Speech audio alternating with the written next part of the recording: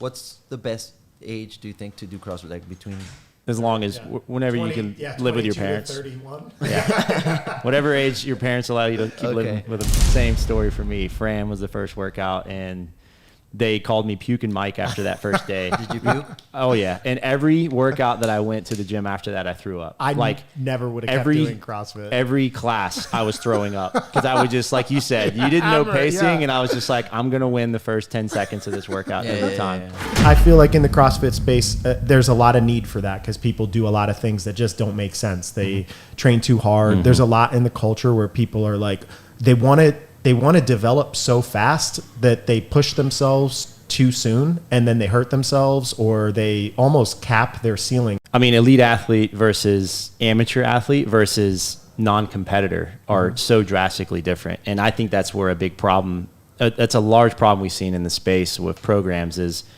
a lot of the same programs are used for an elite athlete that are trying to cater to amateur and non-competitors. And I think that, you know, we've worked really hard trying to differentiate that in a lot of our online programs. So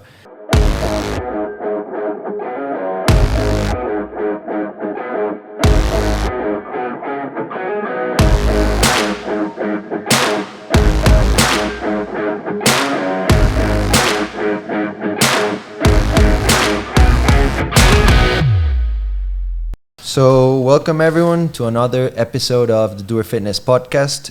As you may notice, today we're going to be doing it in English because of our two very prestigious guests that we have today. So today I'm joined by Mr. Max El-Hag, which is a Training Think Tank's head coach, director, founder too.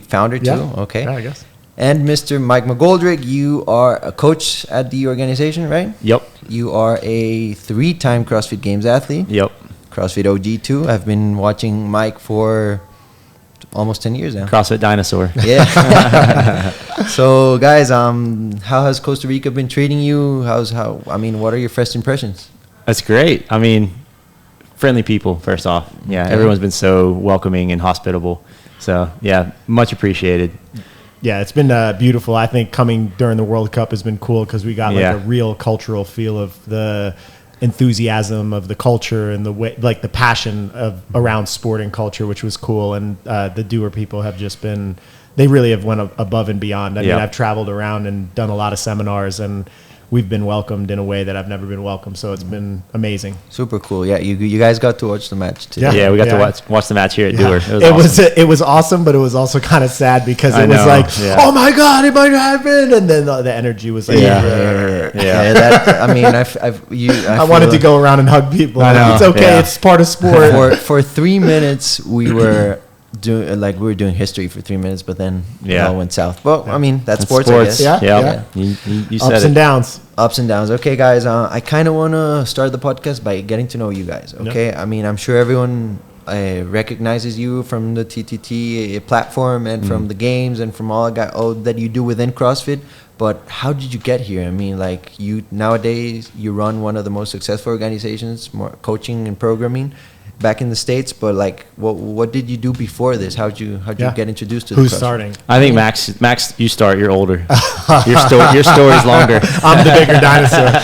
Yeah. So, growing up, sporting wise, I played American football and wrestling.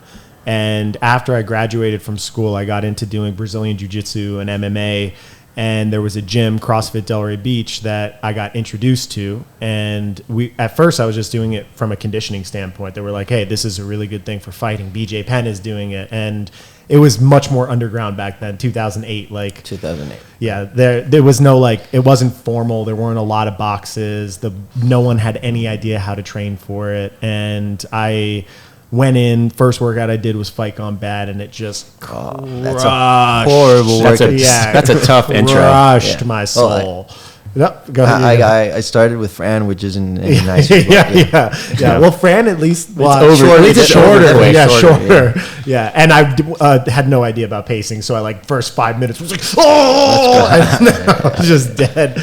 But I kind of fell in love with it and ultimately decided to trend out of MMA. Okay. Competed on a team in the games in 2010. Then I competed as did not know that. Yeah, Did not know yeah. that. Back before it was harder to be on the teams. So was it 2010? Yeah, was that in Carson already? 2010 in Carson, yeah. Oh, that's so cool. Yeah, so we took 18th, I think, overall. We were close to making the cut in the top 10, and there was an event where you had cumulative load lifted in a shoulder to overhead, and one of our athletes missed we posted a 0 on it. So we ended up taking almost last place on that event and got knocked out. So it was a bummer, but cool experience. Yeah. Then I went to regionals on a individual the following year.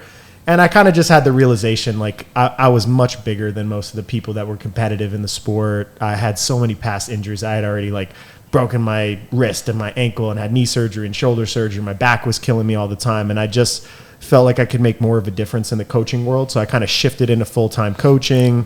To 2010 to 28? 2011. 2011. Yeah. Okay. So after the game. Yeah, after the regionals of that year. Okay.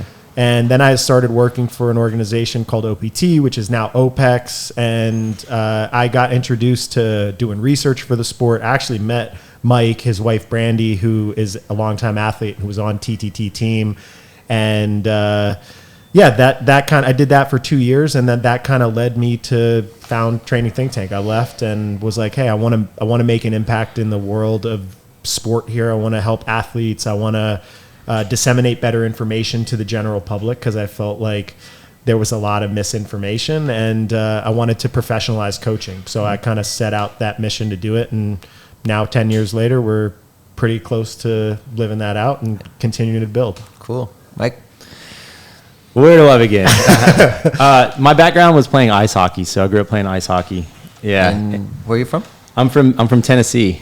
Ice hockey in Tennessee? Yeah, there is.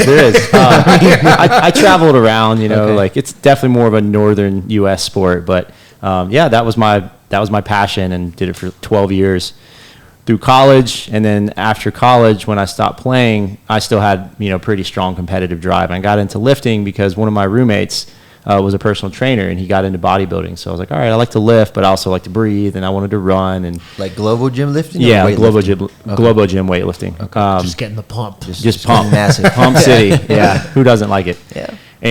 But I would find myself running to the gym to do the workouts with him. So that's where he always thought I was crazy. He's like, you're ruining your gains. And I'm like, you're ruining your fitness. So that was kind of the mix of, or the introduction of the interest in CrossFit style training. And where I went to college is where I found the first gym that I went to, the CrossFit gym. This is back in 2008. So you guys started at the same time? We're both dinosaurs now. Long time ago. And same story for me. Fran was the first workout, and they called me Puking Mike after that first day. Did you puke? Oh, yeah. And every workout that I went to the gym after that, I threw up. I never would have kept doing CrossFit. Every class, I was throwing up. Because I would just, like you said, you didn't know pacing, and I was just like, I'm going to win the first 10 seconds of this workout every time. Yeah.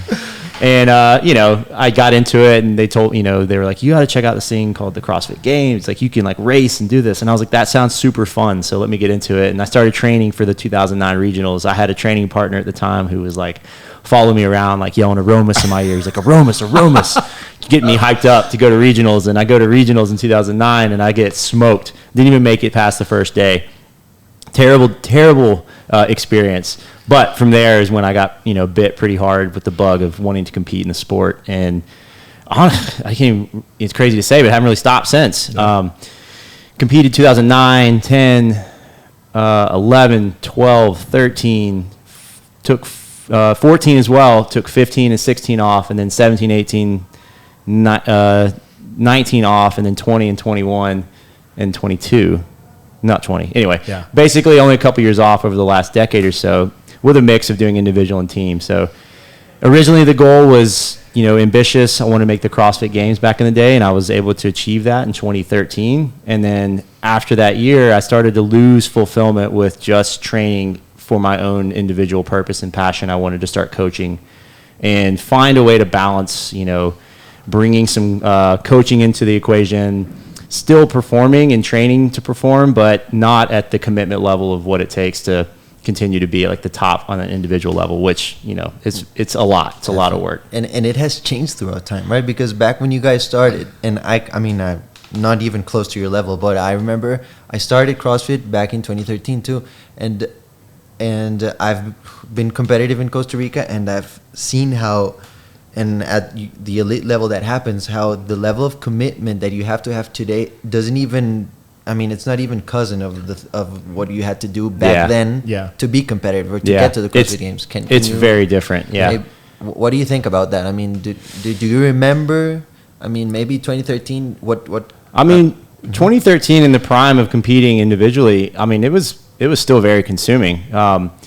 These athletes now are way more professional, and you know what they put into it is a lot more. But at the time, you were doing what like the standard at the time just was the standard. You know, and it just as the years has grown, it's got more more money has come into the sport. It's got more professional. People train more like professional athletes. They're willing to leave jobs to train full time to get body work done, to focus on nutrition, to hire out other people other than just programming coaching to help them be the best athlete they can. Yes. Back in the day, that wasn't super common. Maybe a handful of athletes at the highest level back then were doing that, but it wasn't like all the games field. Yeah, and I remember, well, he still does it, but I remember like watching videos of Rich, and he was eating like Cheerios at night, and he was you don't see that anymore. Right? Yeah, I would go to train with him in Cookeville, and the dude would eat Rolos between sessions, and I'm like, what are you doing, dude? That's not paleo. Back in the day, it was paleo bug was huge here too. Well, before that, it was the Zone Diet bug. I don't know if you can go that far back, but not really, I remember going to the deli to get I was like, on the Zone Diet following blocks, and I was like asking them, can you cut slices of meat and certain amounts of grams and weigh it for me, and they looked at me like I was crazy. It's the level of commitment is higher, but I think also the level of development is so much higher because people are coming into the sport and learning properly right off the bat. Like in our generation of learning, there was some weightlifting coaches in there, but like we had to kind of figure it out, read books and textbooks. There wasn't like full YouTube channels with tutorials and better positions. You'd see somebody post something on the internet and be like, oh, that looks kind of interesting.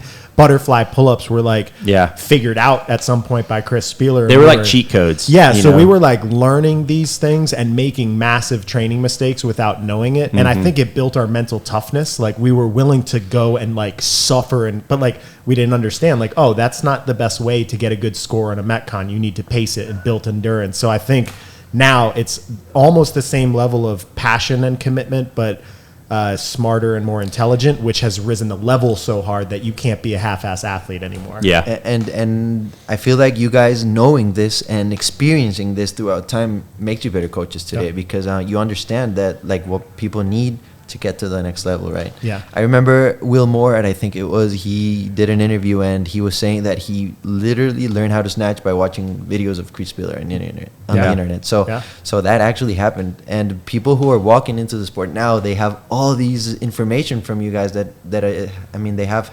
I don't want to say have their work cut up for them, but they do kind of like you like somebody has already walked the path and fallen off the side and been oh, I can't go that way, and backed up, and so you kind of understand how to navigate better, so you get less injuries, less burnout. Like there's just I don't know, just easier way to make it happen. Plus I feel like there's people now, I mean, you guys started CrossFit, you were what old, how old were you, like 20? 20. Yeah. 20. I was 20 years old. People are starting CrossFit now at 10 years old. I know. So that's a whole other game. That's different, right? Yeah. And you're reaching your athletic peak at like 10 years into doing it, where like we got in and we're already like kind of at our athletic peak and then needed to figure out like, how do I take this athleticism and do it in CrossFit? Yeah. I mean, I was leaving my, hockey career and was just using it to kind of get back in shape. I wasn't, I was already pretty beat up from playing for several years. So I think I still had a lot to learn because I'd never trained correctly, and I didn't realize what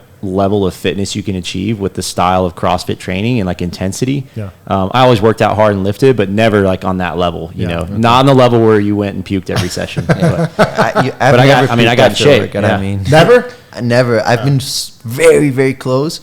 But I mean, I'm not like that's mind blowing. I'm not a puker to say the least. I think I've only had a couple. Are you times. Pretty? I don't know a lot about your background in training, but you played soccer, I assume. A little bit. I played racquetball. Okay. Racquetball's fun. Are you more of like an aerobic athlete, more enduring in nature? I feel like I used to be more like an aerobic athlete. but now I feel like not so much. Yeah. I mean, I feel like my body has changed a little bit. Kind of more balanced now. Kind of more balanced. Yeah. Yeah. I just see, like, generally I see like more powerful people are able to do that. Yeah. Like that just have like, you know, a power background from the sport, but you know, like hockey was just like go really fast and then stop. Yeah. But I remember getting sick in hockey games too. Like Yeah. I would have to eat glucose tablets between periods because my blood sugar would drop because I would go out and just like go bonkers every shift, and then I would just like sugar crash, and it was tough. Yeah. Oh yeah. So guys, I kind of want to talk about the. I mean, Max, you touched a little bit on the TTT history, but like how has well, TTT, for the people who may not know, it's your company, right? Yeah. Maybe introduce it a little bit so that people can get familiar with it. Yeah, so we started in 2013 mostly as a one-on-one coaching organization. So I would bring on a coach and I would educate them on training methods. Like, okay, this is how you evaluate people in CrossFit. This is how you dictate, you know, where their strength is, where their endurance is, where their skills are. Here's how you create templates, and tried to systematize the coaching process because I was working with like a lot of really high level people. Like my client role or my athlete role was all people that were like competing in semifinals or competing in the games or trying to make semifinals or on games based teams. And so I was attracting a lot of that, and we started filling up, and then over time the brand has kind of grown, and we've started creating online group programs and education to help people understand how to train CrossFit more intelligently and kind of fulfill that initial mission that I laid out, is like develop athletes at a higher level, which I feel like in the CrossFit space there's a lot of need for that because people do a lot of things that just don't make sense. They train too hard. There's a lot in the culture where people are like, they want to develop so fast that they push themselves too soon, and then they hurt themselves, or they almost cap their ceiling because they develop bad patterns, bad techniques. So I really encourage people to like go back to the basics, to do low intensity work, to work on positioning, to not beat themselves up. And that kind of philosophy bred a certain culture. And even like the two highest profile athletes that I've coached, Travis Mayer and Noah Ohlsen, both have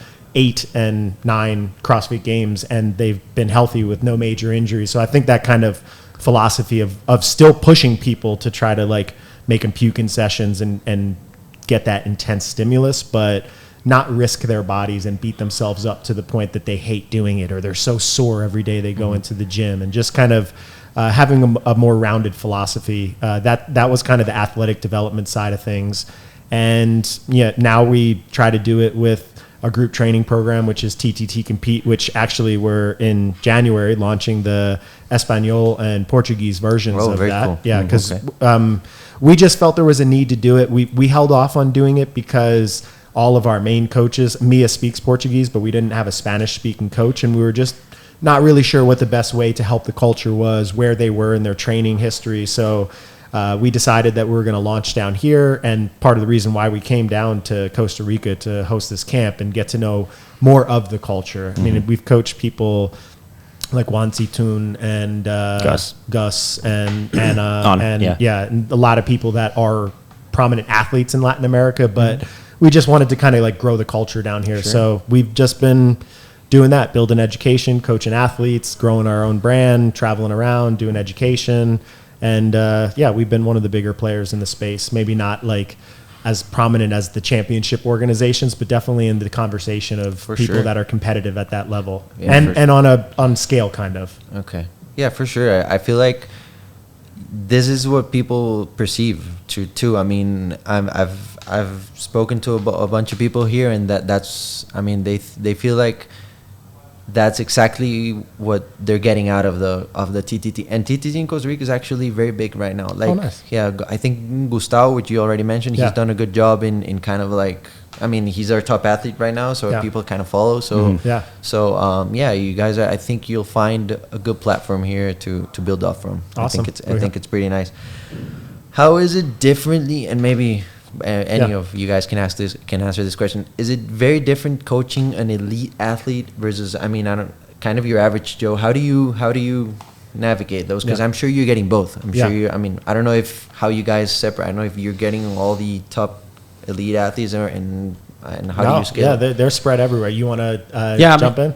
Absolutely, we can share it. I think I mean, elite athlete versus amateur athlete versus non-competitor are so drastically different. And I think that's where a big problem, that's a large problem we've seen in the space with programs, is a lot of the same programs are used for an elite athlete that are trying to cater to amateur and non-competitors. And I think that, we've worked really hard trying to differentiate that in a lot of our online programs. So, an elite athlete, they have this specific need and a specific goal that you have the ability to push their limits to an extent where you want them to have health and longevity still, but you're also trying to push their bodies, beyond limits that have never been achieved before.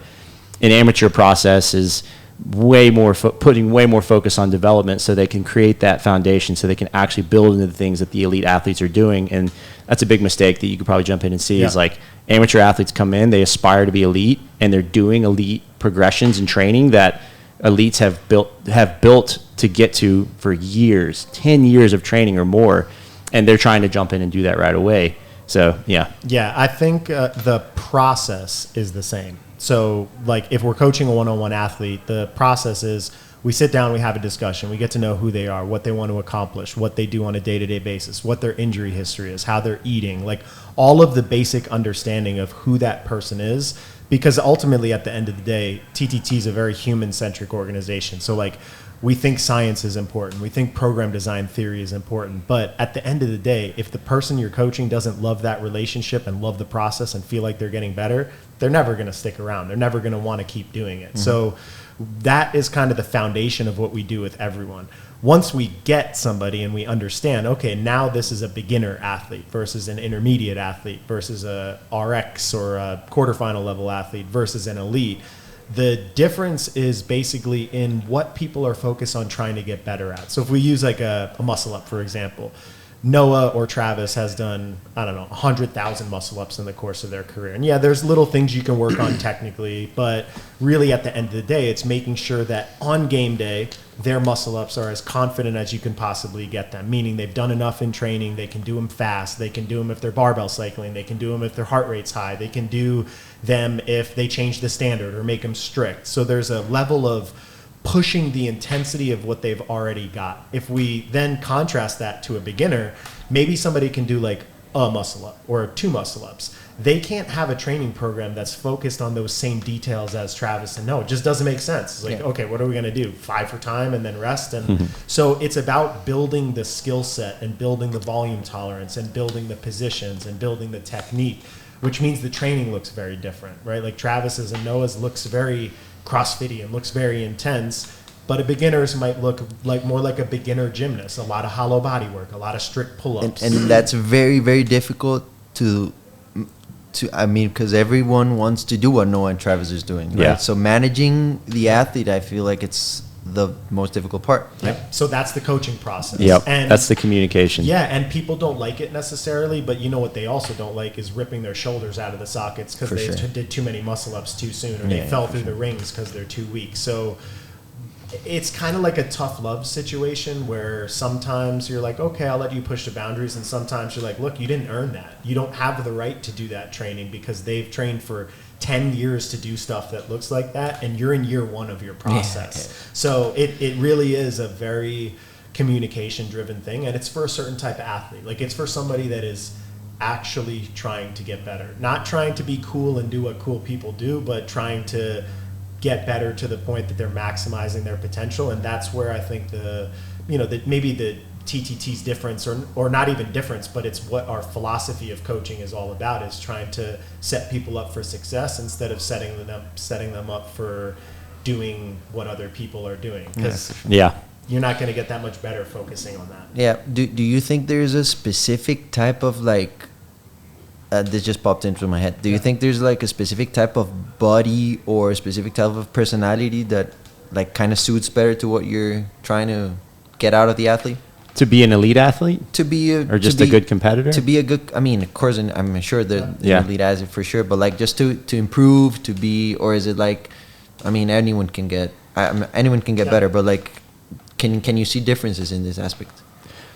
Yeah, let me just clarify. Is the question what we see that works well with how we coach, or just in general what separates in people? general? Yeah, I would say that the biggest thing is discipline to the process. I've seen in elite athletes that there's a lot of different ways to skin the cat. Like the way Rich Froning trains is very, like, he's the most successful CrossFit athlete of all time, but it's very different than how I coach. And doesn't mean I think what he's doing is wrong. I just think if I took 1 million people and I said, hey, in your prime, you're going to eat a lot of sugar. You're not going to weigh and measure your food. You're not going to eat a lot of protein. You're only going to run progressions on a couple little strength variables. And then you're just going to do CrossFit and some bodybuilding and not keep track of it long term. I think 999,998 probably would fit. Yeah. So I've taken a process that's like, okay, what's going to get the most people successful? Mm-hmm. So setting up these disciplined metrics to help them on the process. But that being said, even though I train differently than Rich, when you hear him talk, you're like, oh, he believed in his process. He stuck to his process. He did everything that he felt he needed to do, and he was very disciplined. Like that behavioral approach is universal to everything. It's universal no matter how you're approaching it. Okay. So I think our systems are different, but the people that are successful are those people that are passionate, they're disciplined, they are coachable, they're willing to make mistakes, they learn from their mistakes. Like those are the types of things that I think separate, where I see a lot of early passion in CrossFitters where people are like, oh, I love CrossFit, it's so good. But then it starts to get hard because the gains aren't as easy after like 2 or 3 years, and that just breaks people. You're PRing, when you first started, you're PRing every week. Yeah. I mean, pretty much. Yeah. And then the effort it takes to see any marginal gain becomes more difficult, you know. And then you get a PR and it's like 2 pounds. So you're celebrating that, right? Yeah. That's why you need to training for 12 weeks to get those kilo gains. I mean, and I think the successful ones who do it a long time too are the ones that really do enjoy the process of it. You know, they really just enjoy the training and the ability to go in and practice the art of what they're doing, instead of going in and just chasing that perfection all the time, which can lead to burnout. Yeah, 100%. And what about specific, body types? Because I feel like there's like this thing going around that if you're too tall, it's better to be short versus tall. Do you think there's actually a correlation between that and success in the sport, or not really? I mean, there's no doubt that there's disadvantages for being too tall in the sport. You know, just from equipment setup, range of motion on certain things. I don't see, there's nothing you can really do about that. You know, I'm not going to turn people away and say you shouldn't do the sport because of this. But would you bury your programming for a taller versus a shorter athlete? Do you guys do something? Yeah. So I mean, look, Brent Fikowski's 6'2" and Colton Mertens is like 5'3". So you have athletes that are outliers that are really short and really tall. Mm-hmm. You have slenderer athletes and then very stocky athletes that are successful. So there's enough data to show like, hey, anybody can be great at this.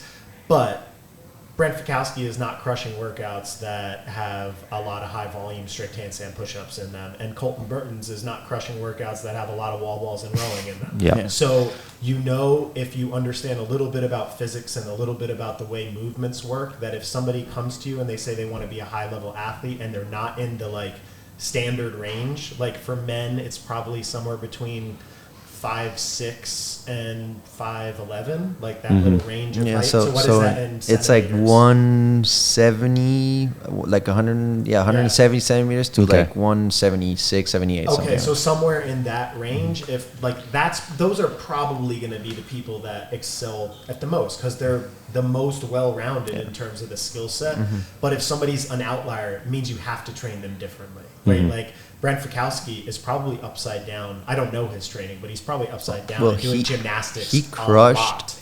I think he crushed one of the workout. I can't remember if it was the last chance qualifier, but one that was like, I don't know if it was rowing and wall walks. Yeah. But he crushed that. He got wall walks is a little bit different. Okay. I mean, just in terms of the levers, limb length helps a lot in that. Yeah. Steps to the wall really makes a difference. So that's a little tricky one, but but again, it's still just it plays into the fact that just your size matters a lot. 100%. And okay, what about? I want to kind of touch about the transition between. What do you guys think about the transition between elite and individual to the masters? I don't see many athletes actually doing the Masters? Is it because it's not attractive for them? What do you guys think about?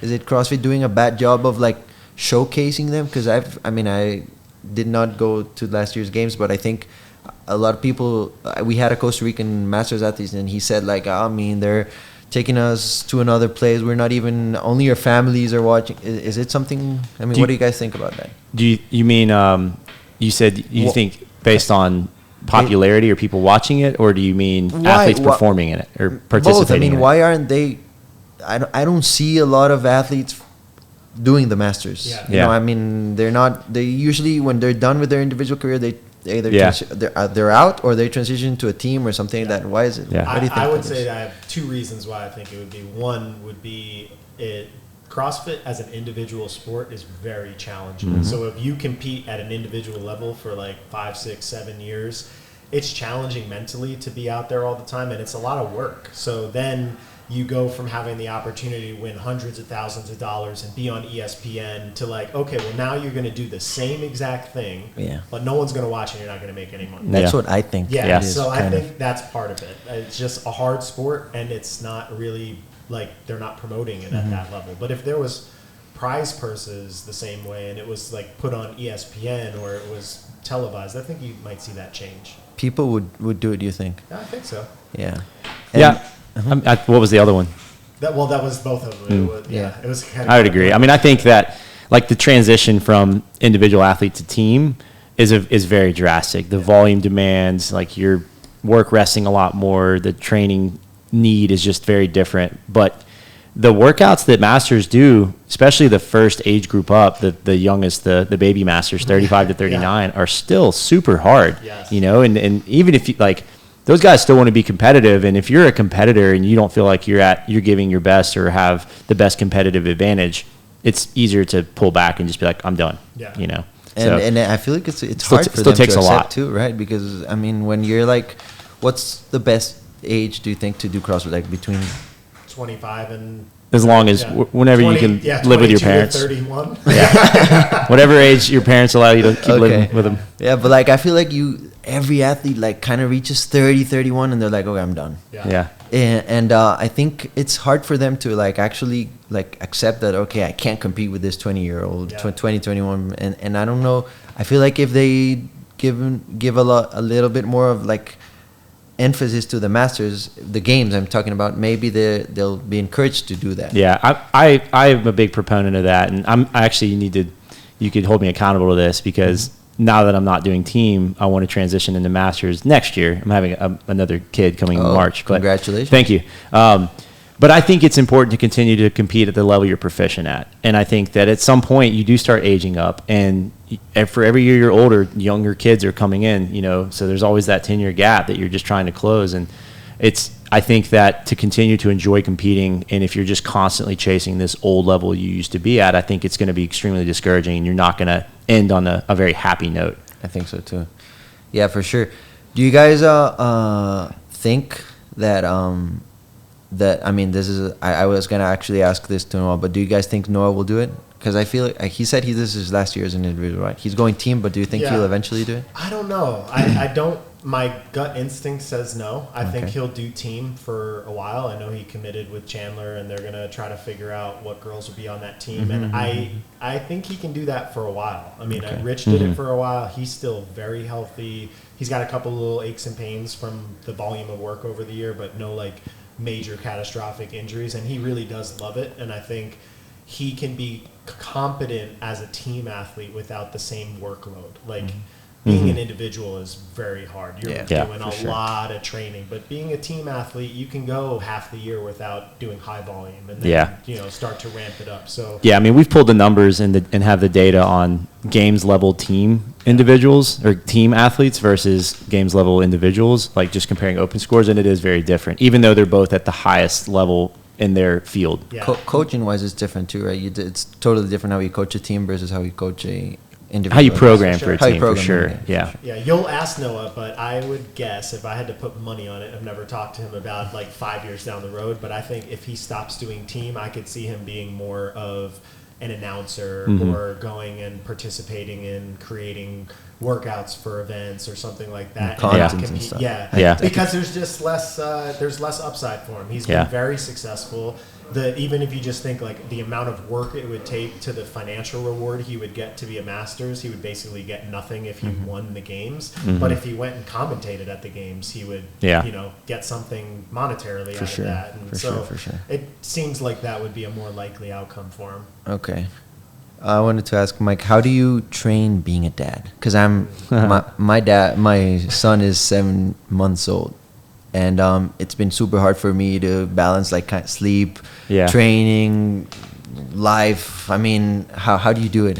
Number one, my wife. Okay. She is seriously. For sure, huge support structure. So my wife and I have competed on team several times, but the last 2 years we've competed together. And when you having a companion who is also extremely driven and supportive with continuing to improve fitness and train in the sport, that helps a ton. She understands, got to get up early, got to get the session in, we got to organize time. So I think that's a huge part of it. So having someone that just supports the goal, supports you still prioritizing your own fitness. Outside of that, how you handle your own stuff in terms of sleep, a lot of patience. I think that you have to let go of what used to be normal in terms of time commitments and training quality, and you have to adjust to what's available now. And that means setting expectations very low on sessions that you want to get in, so that anything that's reached beyond that is a win for the day. So you might have learned that, in the early stages. On paper, you look at it and you're like, all right, baby goes to sleep perfectly. I could get 90-minute session in. You start warming up, you get stuff out, you're 22 minutes into the session, you just warmed up and you've got one set in, and baby wakes up and interrupts you. And now you feel like the session's a failure. Set the expectations lower. If I can go in and just hit this squat piece, that's a win for the day. And then once you get through that, baby's still sleeping. I'm just going to keep going. It's all extra now. It's awesome. So I think that was a big help, was just having small expectations on getting little pieces of training in and not trying to strategize and program how I would train normally when I had full, complete control over my day. Because when you have a child, half of your time in a day is gone pretty much, so I can vouch for that. You got to adapt. Okay. But I think it's important to continue to have your own pursuits and goals, because your kids want to see dad happy and they want to see you continuing to chase dreams. Plus, you want to be with your kid. You don't want to be at the gym 24/7 how like it used to be. You want to be with your Sometimes you do. Oh yeah. But sometimes you want to get away. I can't say that publicly. I know. I'll get in trouble for that. Yeah. Okay. Yeah.